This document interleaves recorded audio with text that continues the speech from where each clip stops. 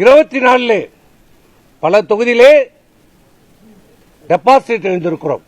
அதிமுக சரித்திரத்திலே முதல் படுதோல்வி 2024 தேர்தலிலே பல தொகுதியிலே டெபாசிட் எழுந்திருக்கிறோம்.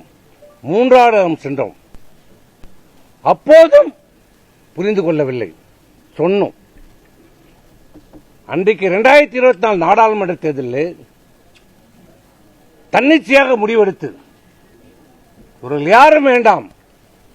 அன்றைக்கு எல்லோரும் சொன்னோம், பாரதிய ஜனதாவோட கூட்டணி வைக்கலாம் என்று ஒரு கருத்து இருந்தது. அதை காது கொடுத்து கூட கேட்கவில்லை.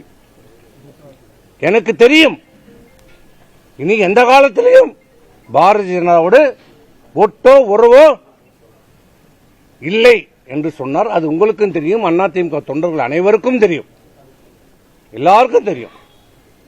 பலமுறை அவர் சொல்லியிருக்கிறார், உங்களுக்கு தெரியும். தேர்தலுடைய முடிவு படுதோல்வியை நாம் சந்தித்தோம்.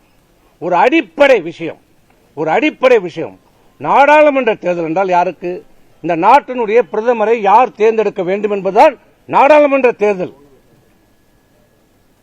திராவிட முன்னேற்ற கழக கூட்டணியிலே பாரத பிரதமர் வேட்பாளராக ராகுல் காந்தியை சொல்கிறார்கள். பாரதிய ஜனதா அணி நரேந்திர மோடி பாரத பிரதமர் அவர்களை வேட்பாளராக முன்னிறுத்துகிறது.